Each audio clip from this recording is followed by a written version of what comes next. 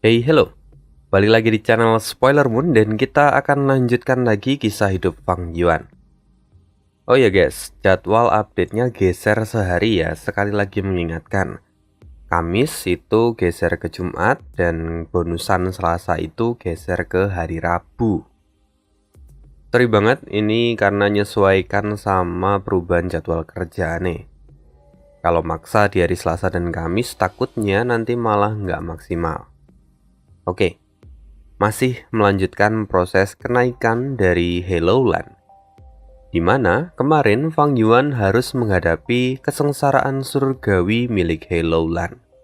Apalagi kesengsaraan surgawinya itu adalah salah satu dari 10 kesengsaraan surgawi tertinggi. Nah, kurang paten apa lagi? Lalu, sekarang kita akan lanjutkan lagi kisahnya di part 144. Saat ini, Helloland mulai menggabungkan ki surga, ki bumi, dan ki manusia miliknya. Dari kejauhan, Tai Bayun Seng yang melihat ini lagi-lagi terpukau. Karena ki manusia milik Helloland itu jauh lebih banyak daripada gabungan ki manusia milik Fang Yuan dan Tai Bayun Seng.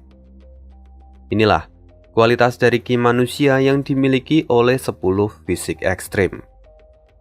Lalu, sekarang adalah titik paling krusial, saat dimana ketiga ki itu bergabung, dan ketiganya membentuk kepompong dan menutupi Helloland. Akhirnya, Helloland telah mencapai tahap kedua, yaitu penggabungan ki. Helloland terus mencoba menyeimbangkan ketiga ki dan mengambil ki surga dan ki bumi dari ki keluarga kecil. Lalu di tengah proses ini, tiba-tiba kembali terdengar suara retakan. Fang Yuan sadar bahwa bencana duniawi kini sudah terbentuk. Sungai yang sebelumnya membeku tiba-tiba pecah, seolah tanda ada kekuatan besar yang tak diundang kini sudah datang. Lalu benar saja, seekor kera es muncul di dekat sana. Dia tampak sangat marah kali ini. Namun yang paling menjengkelkan bukan kemarahan dari kera es itu, melainkan masalah utamanya adalah ukurannya yang sangat besar. Bahkan dibandingkan dengan Fang Yuan, kera ini puluhan kali lebih besar. Padahal ukuran tubuh Fang Yuan sendiri itu sudah 3 kali ukuran pria dewasa, atau sekitar 6 meter. Melihat ini Tai Bayun Seng terperangah. Rupanya bencana duniawi yang terbentuk adalah bencana binatang buas kuno. Perilisan menambahkan, sialnya bencana duniawi ini biasanya muncul pada kenaikan tingkat Master Gu peringkat 7. Bencana duniawi kera es surgawi. Fang Yuan sendiri pun tahu tentang bencana duniawi ini. Wajahnya tampak serius. Karena jika kera es ini memiliki Gu immortal di dalam tubuhnya, maka jelas tidak mungkin mereka bisa selamat kali ini. Fang Yuan menggertakkan gigi. Dia langsung menggunakan gerakan pembunuh segudang diri. Lalu, setelah puluhan ribu jiwa kekuatan manusia Fang Yuan muncul di sana, mereka sudah seperti pasukan tempur yang sangat besar. Fang Yuan kemudian menggerakkan tangannya seolah menjadi komando untuk pasukan itu. Kemudian, jiwa manusia segera berpencar menjadi 4 kelompok yang besar. Mereka kemudian bergerak bersama ke arah kera es itu. Mereka bergerak dari sebelah kiri, kanan, atas, dan depan.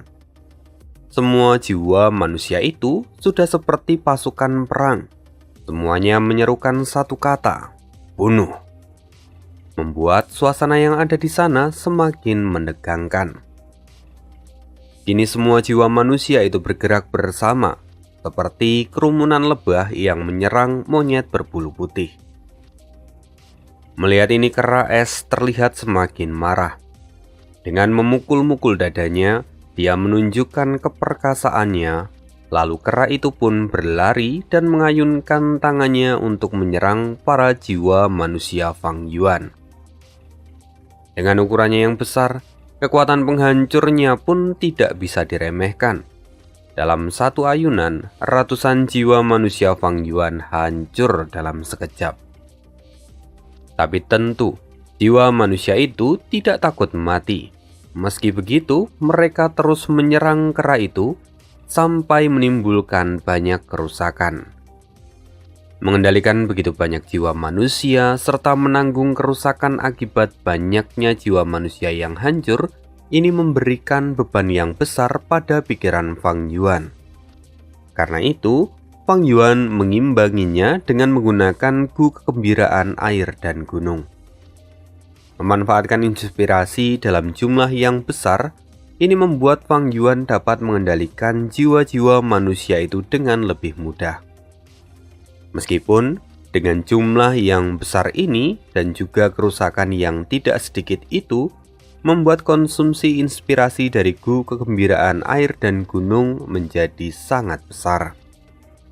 Bahkan, dalam beberapa tarikan nafas, Fang Yuan harus menggunakan esensi abadinya lagi untuk terus mengaktifkan gu kegembiraan air dan gunung.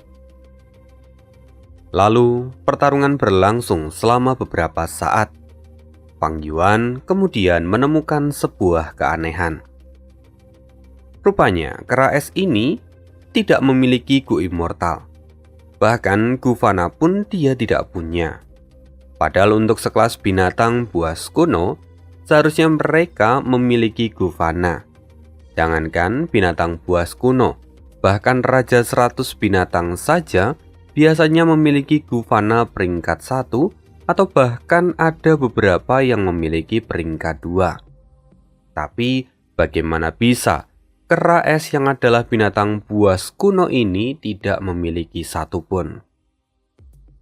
Fang Yuan menjadi penasaran, lalu tampak seringai muncul di wajahnya. Sepertinya aku harus mencari tahunya sendiri. Fang Yuan kemudian mengeluarkan sayap kelelawar ilusi miliknya. Lalu, dia kemudian mengepakkan sayapnya beberapa kali dan dia terbang tinggi. Dari sana, Fang Yuan menukik tajam ke arah kera es yang sedang mengamuk. Ini kesempatan yang tepat untuk mencobanya. Di saat itu Fang Yuan kemudian mengaktifkan gu kelompok.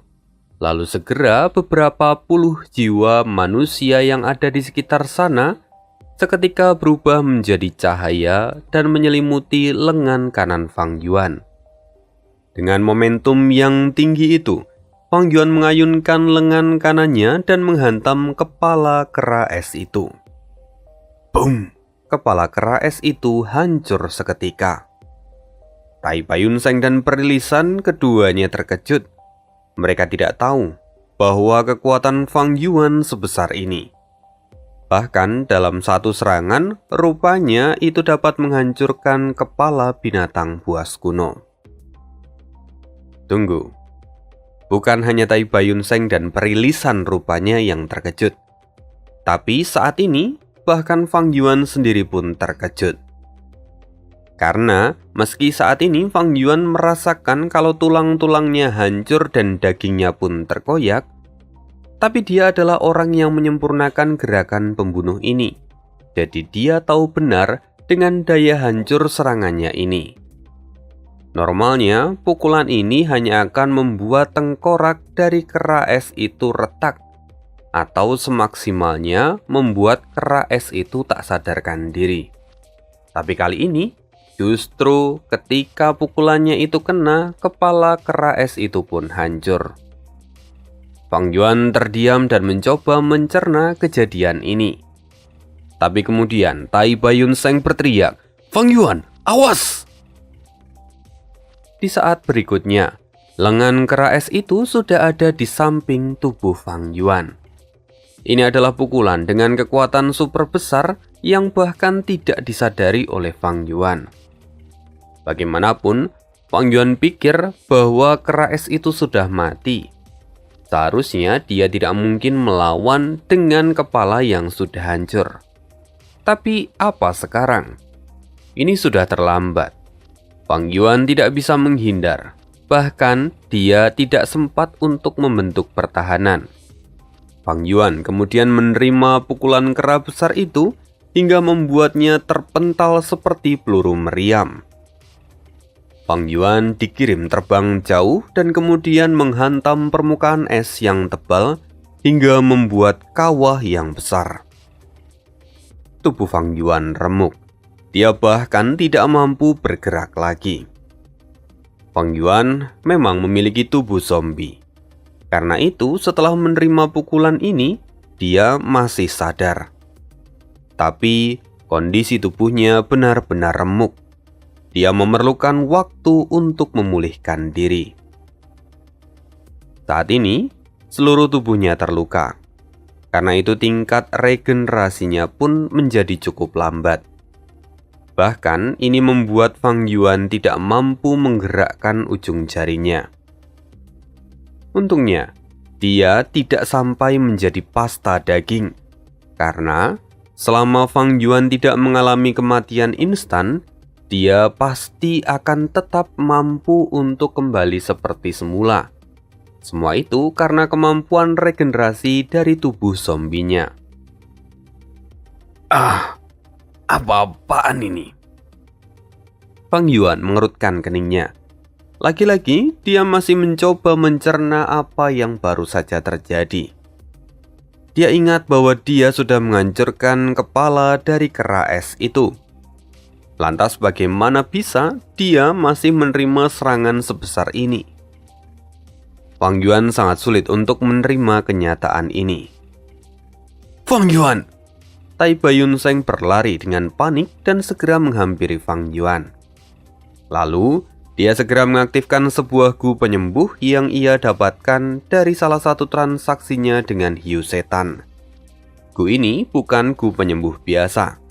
Gu ini dipenuhi dengan energi kematian dan khusus digunakan untuk mensupport para zombie seperti Fang Yuan. Karena memang gu penyembuh biasa tidak akan berefek pada Fang Yuan. Lagi pula tubuh Fang Yuan itu memang dipenuhi oleh energi kematian. Maka satu-satunya cara untuk membantunya pulih dengan cepat adalah dengan memberikan energi kematian yang lain. Benar saja, tubuh Fang Yuan yang diselimuti oleh cahaya hitam dengan cepat pulih. Kemampuan regenerasinya pun meningkat beberapa kali lipat lebih cepat. Ini hebat orang tua, kata Fang Yuan sambil tersenyum dan kemudian perlahan berdiri.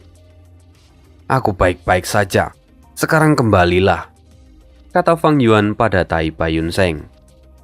Tai Baiyun Seng mengerti dan dia pun terlihat sudah lega.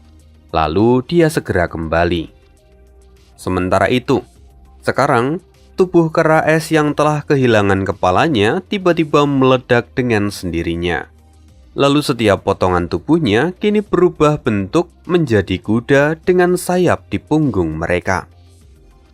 Ini adalah kuda bersayap atau yang lebih dikenal dengan nama Pegasus. Pegasus adalah binatang buas yang memiliki kemampuan terbang tinggi. Sedangkan tingkat kekuatan mereka sendiri dikategorikan berdasarkan jumlah sayap yang ada di punggung mereka. Pegasus biasa itu memiliki sepasang sayap, di mana mereka itu setingkat dengan Raja 1000 binatang. Mereka ini biasanya akan memimpin kawanan kuda sebagai kelompoknya. Lalu, ada juga yang memiliki 2 pasang sayap, di mana mereka setara dengan Kaisar binatang buas. Serta yang terakhir, yang memiliki 3 pasang sayap. Mereka dikenal sebagai binatang buas kuno. Di kelima wilayah saat ini, Pegasus yang berada di tingkat binatang buas kuno telah punah. Bahkan untuk menemukan yang memiliki 2 pasang sayap saja itu sangat sulit. Namun sekarang, potongan tubuh dari kera es itu telah berubah menjadi Pegasus dengan 2 pasang sayap. Dan bahkan beberapa memiliki 3 pasang sayap. Melihat ini, mata Fang Yuan memadat. Terlebih ketika para Pegasus itu mulai menyerang jiwa manusia Fang Yuan. Ia segera merasakan guncangan yang besar di kepalanya saat sebagian besar jiwa manusia miliknya dihancurkan. Tapi Fang Yuan merasakan keanehan lagi. Dia kembali memutar otaknya dan mencari jawaban di dalam ingatannya. Sampai pada akhirnya, dia menyadari sesuatu. Dia ingat lokasi mereka berada sekarang. Di tengah tekanan besar ini, Fang Yuan kini justru terlihat menyeringai sambil melihat ke arah He Loulan. Kemudian, Fang Yuan menyerbu ke depan dengan kemampuannya sendiri. Dia lalu mengendalikan beberapa jiwa manusia untuk menahan salah satu Pegasus. Lalu dengan tangannya yang besar, Fang Yuan menghancurkan Pegasus itu. Sementara itu, Pegasus yang lain datang menyerang Fang Yuan. Tapi Fang Yuan sekali lagi mengulurkan tangannya dan memukul Pegasus-Pegasus itu hingga banyak dari mereka yang terpental bahkan mati dalam sekejap. Fang Yuan kembali mengendalikan jiwa manusia miliknya untuk menahan para Pegasus itu. Sementara dia terus melakukan pembantaian. Lalu saat para Pegasus itu mati, mereka bahkan tidak meninggalkan jejak apapun. Semuanya berubah menjadi kabut yang kemudian masuk ke dalam kepala Fang Yuan. Fang Yuan sungguh terkejut, tapi itu sesuai dengan dugaannya. Dia kemudian tertunduk untuk beberapa saat. Sementara itu, para jiwa manusia kini menahan Pegasus yang lain. Melihat Fang Yuan yang tertunduk di tengah pertarungan, Tai Baiyunseng menjadi sangat khawatir. Dia hendak menghampirinya. Tapi, Pri Lisan langsung menghentikan Tai Baiyunseng. Kembalilah, jangan ganggu dia. Ini mungkin bisa menjadi kesempatan emas untuknya. Kesempatan emas? Apa maksudmu? Dia bertingkah aneh. Lalu ini adalah bencana duniawi. Apa yang bisa menjadi kesempatan emas? Atau jangan-jangan kau sengaja menipuku dan ingin menyingkirkan Fang Yuan? Tai Baiyunseng berteriak dengan penuh amarah. Namun Pri Lisan berkata dengan tenang, ini bukan tipuan. Lagi pula kami terikat dengan Gu Sumpah Laut. Karena itu aku tidak mungkin membiarkan dia dalam bahaya. Ah, sial. Lalu jelaskan padaku, situasi apa ini? Mengapa kau mengatakan ini mungkin akan menjadi kesempatan untuk Fang Yuan? Kata Tai Baiyunseng. Kemudian Pri Lisan pun menjawab, Tai Baiyunseng, kau sudah hidup cukup lama di dataran utara. Kau pastinya tahu asal-usul dari wilayah ini. Cerita tentang Yang Mulia Iblis Liar yang ceroboh, yang kemudian berubah menjadi Punix kuno dan membekukan seluruh tempat ini. Ya, aku tahu, langsung saja ke intinya, potong Tai Baiyunseng. Seperti yang kau tahu, bahwa Yang Mulia Iblis Liar adalah pendiri dari jalur kekuatan dan transformasi. Dia juga adalah Master Ku Immortal peringkat 9 yang pemahamannya tentang Dao Agung juga sangat mendalam. Karena itu, setelah dia menghancurkan tempat ini, gerakan pembunuhnya tercetak di langit dan bumi di wilayah ini. Karena itu, dikabarkan bahwa ketika seorang Master Gu mencoba menerobos ranah immortal di sini, gerakan pembunuh dari Yang Mulia Iblis Liar akan membentuk semacam kesengsaraan surgawi dan bencana duniawi. Ya, aku juga sudah pernah mendengar rumor itu. Pri Lisan lalu melanjutkan. Apa yang dikatakan sebagai legenda itu rupanya sekarang terjadi di depan matamu. Bahwa bencana duniawi ini bukanlah bencana binatang buas kuno, melainkan bencana dari perwujudan jalur kekuatan dan jalur transformasi milik Yang Mulia Iblis Liar. Semua pemahamannya dalam gerakan pembunuhnya juga terkandung dalam perwujudan binatang buas yang ada di depan kita sekarang. Lalu dengan menghancurkannya, maka Fang Yuan akan menerima pemahaman tentang jalur kekuatan dan jalur transformasi milik Yang Mulia Iblis Liar. Mendengar itu, Tai Baiyunseng sangat terkejut. Dia akhirnya sadar akan maksud dari Pri Lisan yang mengatakan bahwa ini mungkin akan menjadi kesempatan untuk Fang Yuan. Bahwa Secara tidak langsung, Fang Yuan sama saja seperti mendapatkan ajaran dari Yang Mulia Iblis Liar.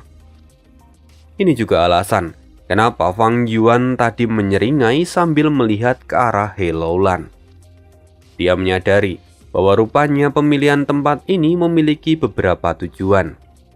Jadi, tidak hanya karena tempat ini yang memiliki ki surga dan ki bumi dalam jumlah kecil, tapi itu juga karena tempat ini memiliki warisan dari Yang Mulia Iblis Liar yang mengandung jalur kekuatan dan jalur transformasi yang tentunya akan sangat berguna untuk Fang Yuan. Fang Yuan sadar bahwa ini adalah hadiah dari He Laolan. Karena itu, ia akan memanfaatkannya semaksimal mungkin. Setelah beberapa saat berlutut, akhirnya Fang Yuan bangun dan dia pun tertawa dengan liar. Jadi begitu. Rupanya ini adalah perwujudan dari jalur kekuatan dan transformasi milik Yang Mulia Iblis Liar. Lalu, makna di dalamnya juga sangat dalam, dan aku pun mendapat banyak pencerahan. Fang Yuan menyeringai dan menunjukkan gigi taringnya yang tajam. Kali ini, dia melihat kawanan Pegasus bukan lagi sebagai ancaman, tetapi justru sebagai buruan. Fang Yuan tidak lagi memikirkan soal esensi abadi miliknya. Dia langsung mengaktifkan gerakan pembunuh segudang diri dan menggunakan beberapa esensi abadi miliknya. Lalu setelah itu, di sana muncul lebih dari 300.000 jiwa manusia. Fang Yuan menggerakkan mereka untuk menangkap para Pegasus itu dan menjatuhkan mereka ke permukaan es. Kemudian, Fang Yuan dengan tangannya sendiri akan menghancurkan mereka satu persatu. Inilah metode paling bagus untuk mendapatkan semua pemahaman yang terkandung di dalam tubuh Pegasus. Di kehidupan sebelumnya aku adalah ahli di jalur darah. Pencapaianku pun sampai tingkat Grandmaster. Tapi di kehidupan ini, aku mengembangkan jalur kekuatan dan memulainya dari nol. Lalu sejak kenaikanku sebagai Ku Immortal dari jalur kekuatan, aku berhasil mendapatkan pemahaman dari langit dan bumi hingga membawaku ke tingkat kuasi Grandmaster. Normalnya akan butuh waktu lama untuk meningkatkan pemahamanku. Tapi dengan semua peninggalan ini, sepertinya hari ini aku bisa mencapainya. Fang Yuan terus berjalan dan menghancurkan setiap Pegasus yang sudah dijatuhkan ke tanah. Lalu, setiap mereka berubah menjadi kabut dan masuk ke kepala Fang Yuan, dia akan terhenti sejenak dan menyerap semua pemahaman itu. Nah, namun ada disclaimer sedikit, bahwa meski Fang Yuan itu menyerap pemahaman dari jalur kekuatan dan transformasi, tapi di saat yang sama, Fang Yuan itu juga mendapatkan pemahaman dari perwujudan binatang yang sudah ia kalahkan. Seperti Pegasus yang ahli dalam terbang, Fang Yuan secara tidak langsung mendapatkan pengalaman hidup mereka, mulai dari mereka lahir sampai kemudian mati. Lalu tentang bagaimana cara mereka menggerakkan sayap di punggung mereka. Akhirnya, karena itu, Fang Yuan juga meningkatkan kemampuannya di jalur terbang. Bahkan, pemahamannya pun terus meningkat hingga mendekati tingkat kuasi Grandmaster. Ini menyegarkan sekali, kata Fang Yuan yang merasakan pemahaman terus mengalir ke dalam kepalanya. Ini adalah sebuah keuntungan besar. Bahkan jika saat ini ada banyak Gu yang mati karena Fang Yuan secara terus-menerus menggunakan gerakan pembunuh miliknya. Namun meski begitu Fang Yuan tampak tidak peduli sedikit pun. Lagi pula, memang dia sudah melakukan persiapan sebelumnya. Jadi, dia memiliki banyak Gu cadangan. Tai Pei Yunseng yang melihat kegilaan dari Fang Yuan dari samping benar-benar sampai dibuat merinding. Bahkan Prilisan pun tampak memiliki ekspresi yang kompleks. Namun sadar atau tidak, dari awal cerita Fang Yuan dulu, dia tidak pernah diceritakan mengalami keberuntungan. Bahkan saat dia menemukan ulat pelangi dulu, Itu semua karena ingatan di kehidupan sebelumnya.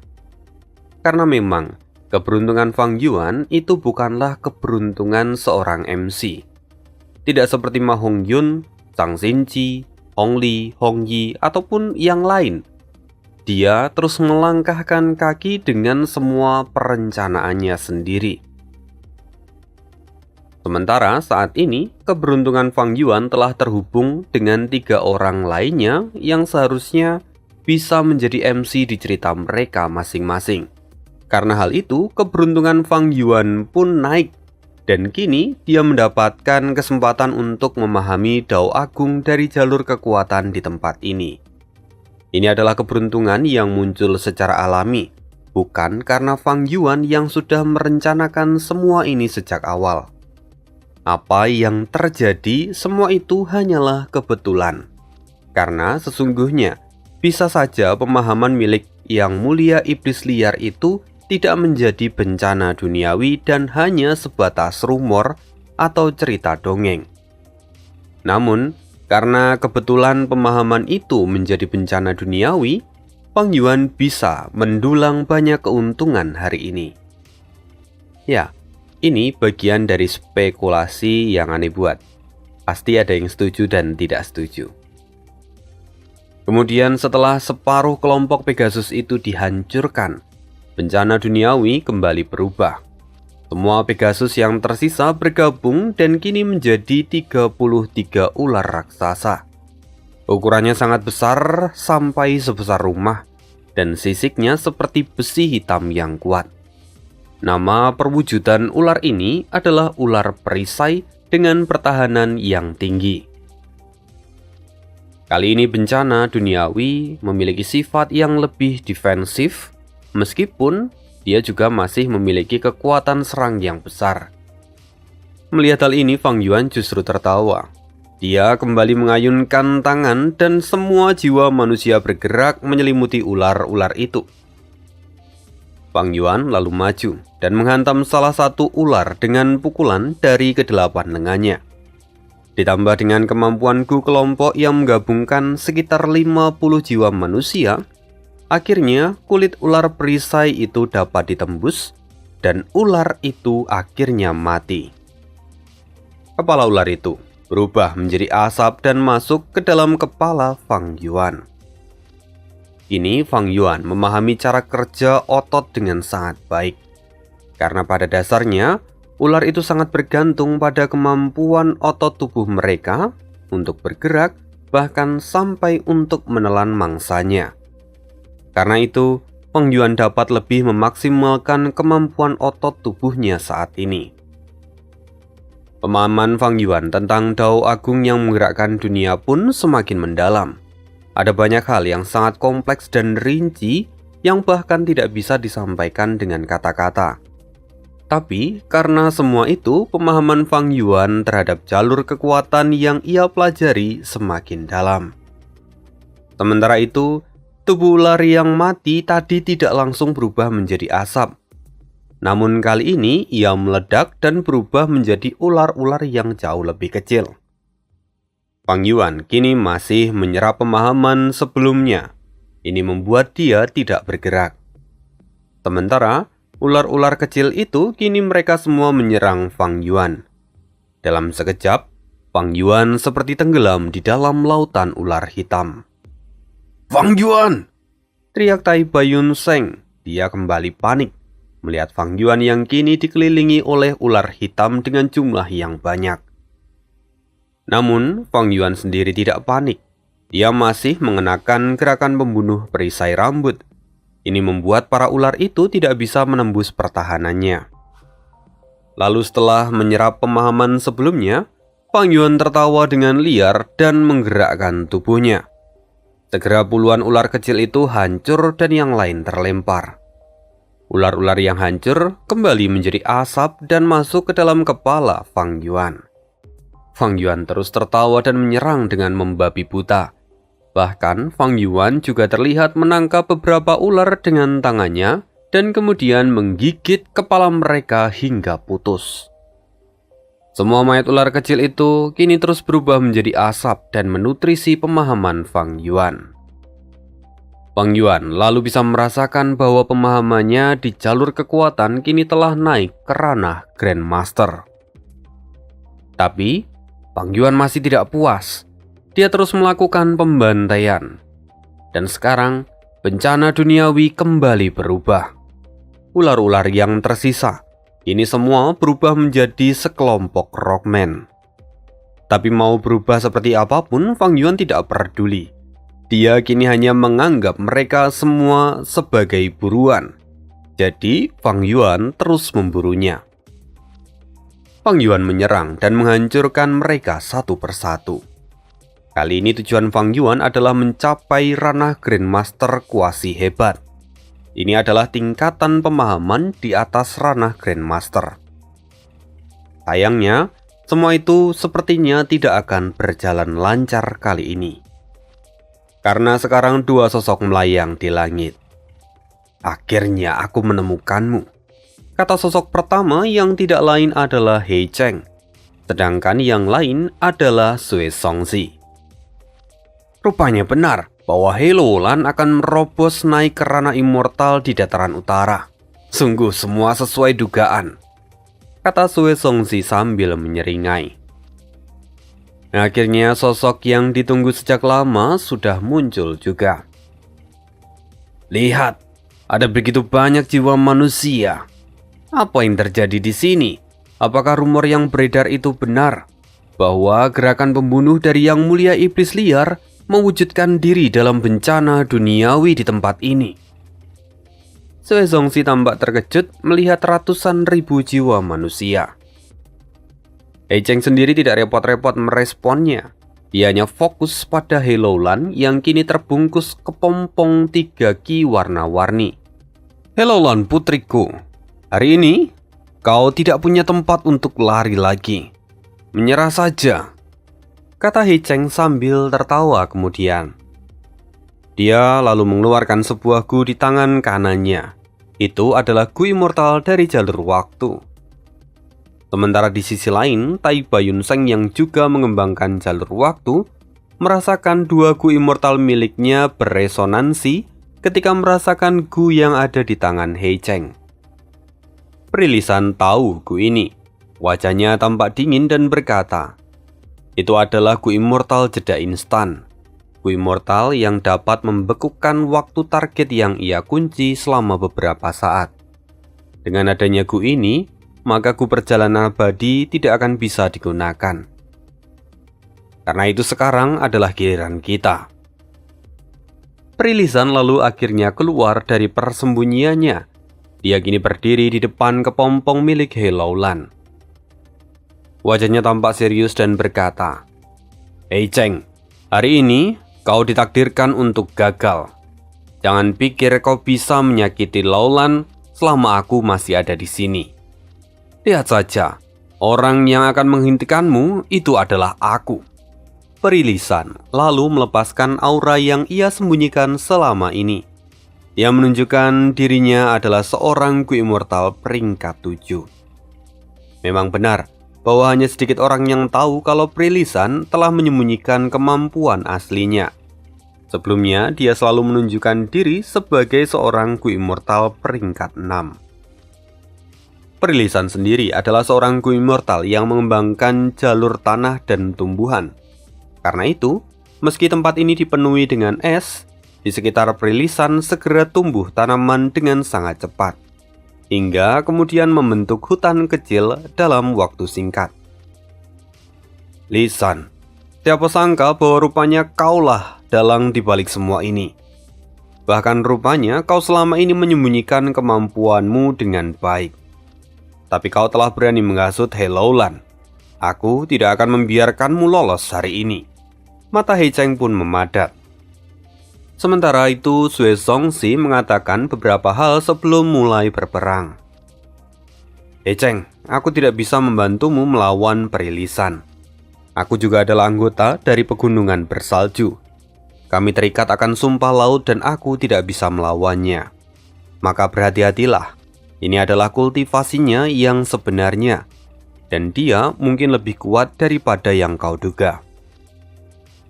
Sue Songzi sendiri sebagai anggota dari pegunungan bersalju tentu saja tahu akan kemampuan dari perilisan. Maka dia kemudian mengingatkan Hei Cheng. Tidak masalah, bahkan jika dia adalah masterku immortal peringkat 7, tapi dia hanya peringkat 7 awal. Aku yang akan melawannya. Sementara itu, kau akan melawan zombie dan juga Gu immortal yang satunya. Setelah aku menyelesaikan bagianku, kita akan menangkap He Laolan, kata Hei Cheng dengan penuh percaya diri. Oke, jawab Sue Songzi. Dia langsung terbang ke bawah menuju ke arah Fang Yuan. Melihat kedatangan dari Sue Songzi, Fang Yuan mencibir. Kau benar-benar berani mendekati kematian.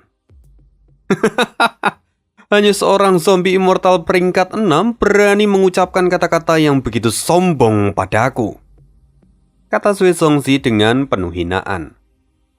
Bagaimanapun, ini memang pertemuan kedua mereka, dan pada pertemuan pertama, Fang Yuan sama sekali tidak memberikan kesan yang menakutkan pada Sue Songzi. Belum lagi sebelumnya, Sue Songzi dan Hei Cheng juga berasumsi bahwa dua Gu immortal Fang Yuan adalah pinjaman dari seorang yang tidak lain adalah perilisan. Karena itu, Sue Songzi bahkan tidak menaruh rasa takut padanya. Sekarang kau akan merasakan kekuatanku, kata Sue Songzi yang dalam sekejap sudah ada di depan Fang Yuan. Dia baru saja menggunakan gerakan pembunuh dari tipe kecepatan. Namun melihat itu Fang Yuan justru tertawa dingin. Dia melambaikan tangannya dan segera jiwa manusia langsung bergerak bersamaan.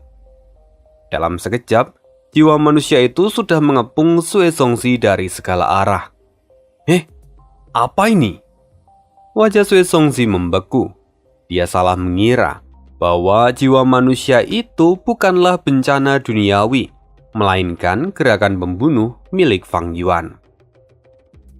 Sekarang jika dia menghajar Fang Yuan, dia mungkin bisa melukai Fang Yuan.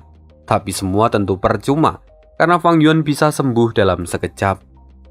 Tapi, jika Sue Songzi memukul Fang Yuan sekarang, maka dia jelas akan tertangkap oleh kumpulan jiwa manusia. Pada akhirnya, Sue Songzi mengambil keputusan. Dia dengan cepat membentuk domain kristal es untuk bertahan. Segera kristal es berkumpul dan membentuk naga es yang mengelilingi tubuhnya. Lalu, dia juga mengaktifkan gerakan pembunuh tipe pertahanan yang lain, sehingga muncul pohon-pohon pinus di sekitarnya. Namun di saat berikutnya, jiwa manusia menyerang dan mulai meledakkan diri. Ledakan menghancurkan pohon pinus dan juga naga es di sekitar Sue Songzi. Namun, berkat pengorbanan itu, Sue Songzi masih bisa selamat. Gila, gerakan pembunuh abadi yang lain? Siapa sebenarnya zombie ini? Wajah Sue Songzi menjadi pucat dan dia mengutuk. Lalu dengan cepat, Sue Songzi pun mundur dan menjaga jarak. Sementara itu, Hei Cheng dan Perilisan terlibat dalam pertarungan sengit. Keduanya mengeluarkan seluruh kekuatan mereka sejak awal. Hei Cheng menggunakan panah gelap hingga batas kemampuannya untuk melawan domain milik Perilisan. Namun, domain tumbuhan milik Perilisan adalah pohon pir, di mana jika pohonnya tumbang, maka pir akan jatuh dan tumbuh lagi menjadi pohon yang baru. Hal ini membuat Hei Cheng sampai frustasi. Lalu pada akhirnya dia kembali menggunakan gerakan pembunuh keduanya. Dan di sekitar tubuhnya keluar cairan hitam dan kemudian berubah menjadi jubah kegelapan. Jubah itu memiliki kemampuan untuk menembakkan bola-bola energi hitam yang lalu menyerang domain milik Perilisan. Jika diperhatikan lebih jeli lagi, bola-bola hitam itu mirip dengan gerakan pembunuh yang digunakan oleh He Laolan saat di kontes Istana Kekaisaran. Namanya adalah Dark Vortex. Setelah itu, bola-bola hitam yang mengenai domain Perilisan berubah menjadi pusaran gelap dan terus meluas. Pusaran gelap itu kemudian merusak pepohonan dan domain dari Perilisan. Setelah sebelumnya dibuat geram oleh Perilisan, kali ini He Cheng lebih unggul daripada Perilisan. Setelah itu, He Cheng menggunakan Gu investigasi miliknya untuk mencari posisi dari Perilisan yang ada di tengah domain miliknya. Ketemu. Mata He Cheng menyala. Lalu dia segera melepaskan satu panah hitam untuk menyerang Perilisan. Kini Perilisan menggertakkan gigi. Dia berseru, "Jangan harap aku akan kalah dengan mudah. Penguburan teratai bumi." Perilisan kembali menggunakan gerakan pembunuhnya, dan segera boneka kayu keluar dari dalam tanah. Lalu dia membuka mulutnya. Boneka tanah itu menelan panah hitam milik He Cheng. Namun panah hitam itu sangat kuat. Dia berusaha meloloskan diri hingga membuat perut boneka itu terlihat menonjol keluar.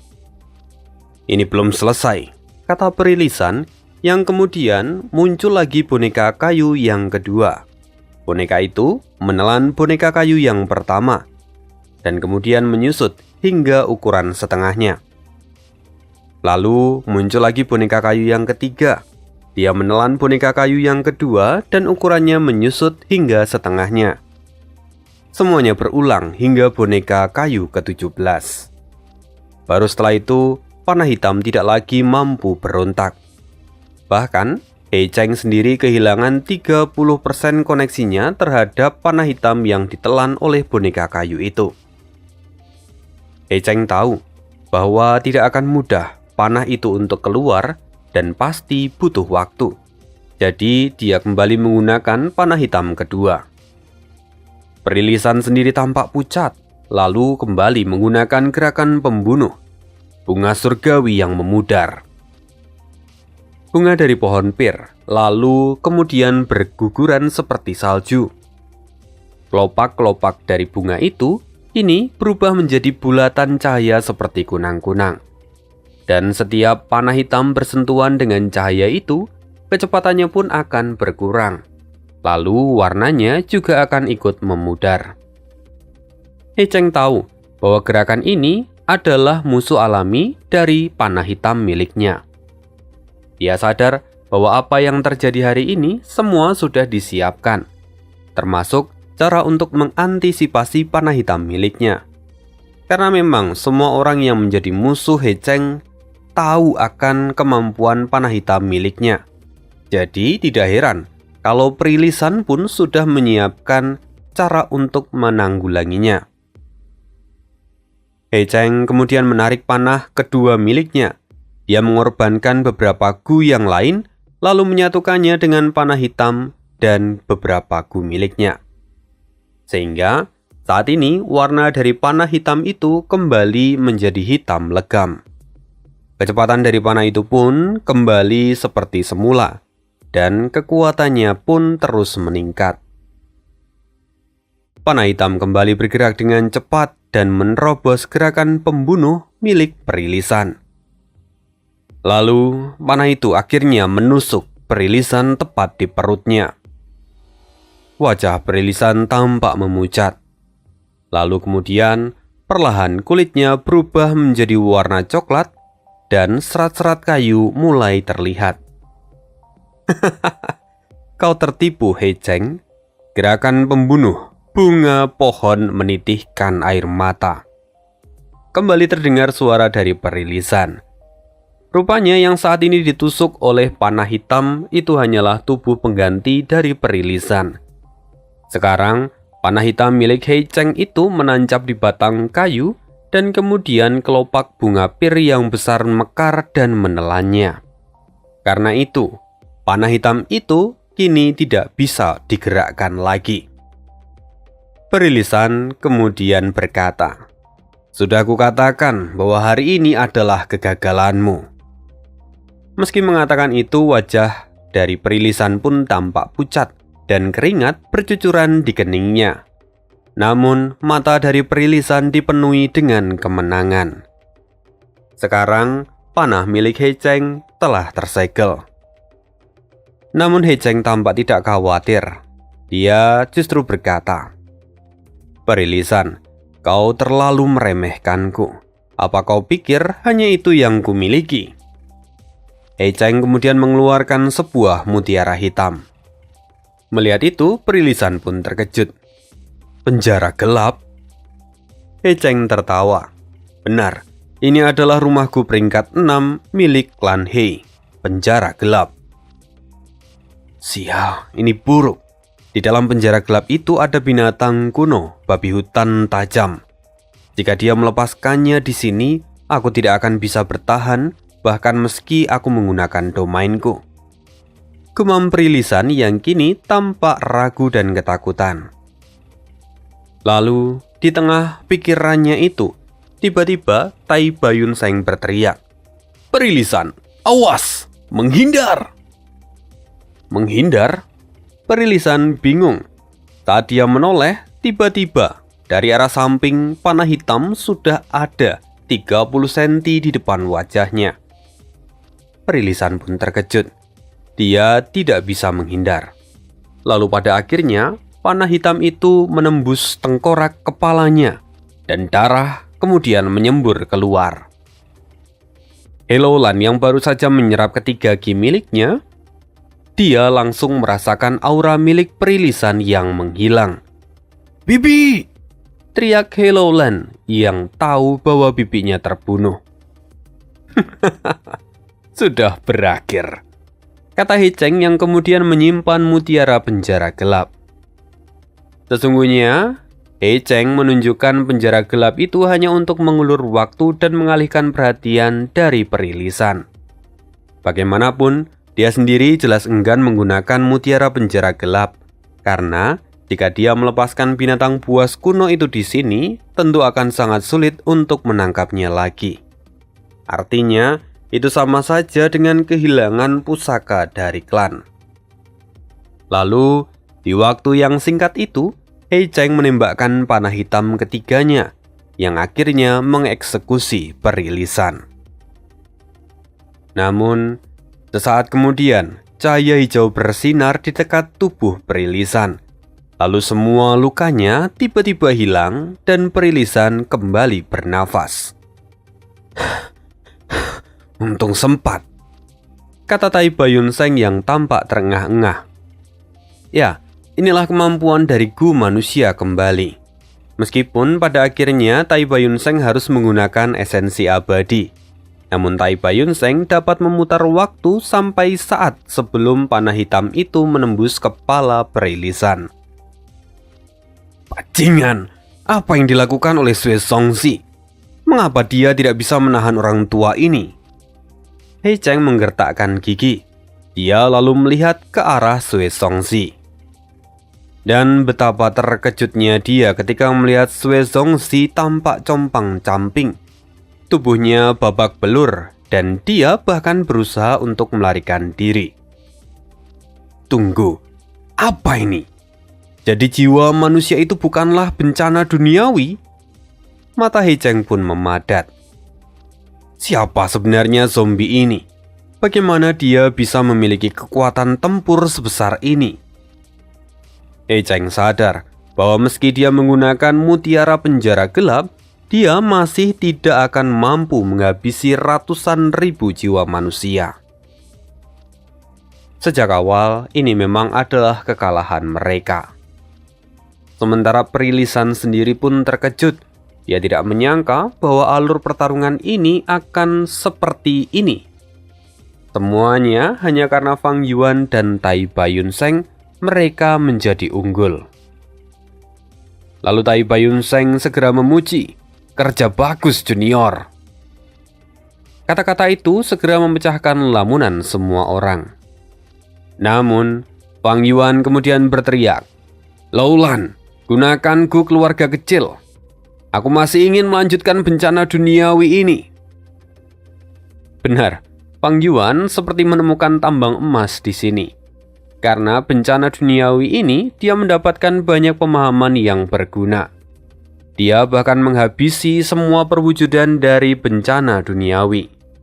Karena itu, sekarang jalur kekuatannya pun sudah ada di puncak tingkat Grandmaster. Lalu jalur transformasinya sudah sampai tingkat ahli.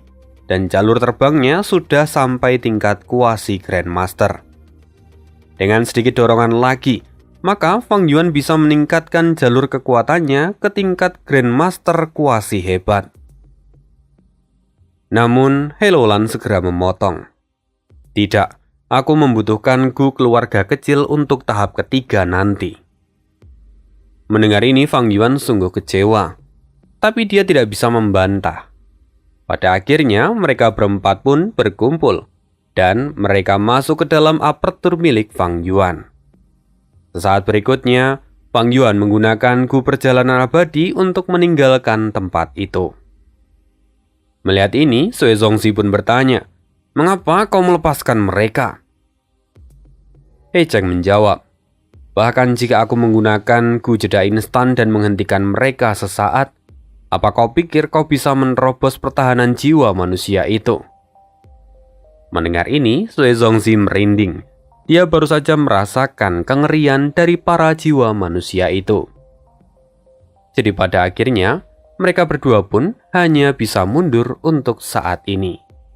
Dan sekian cerita hari ini, kita akan sambung lagi cerita atau kisah hidup Fang Yuan di part berikutnya. Terima kasih, see you again di next video dan bye.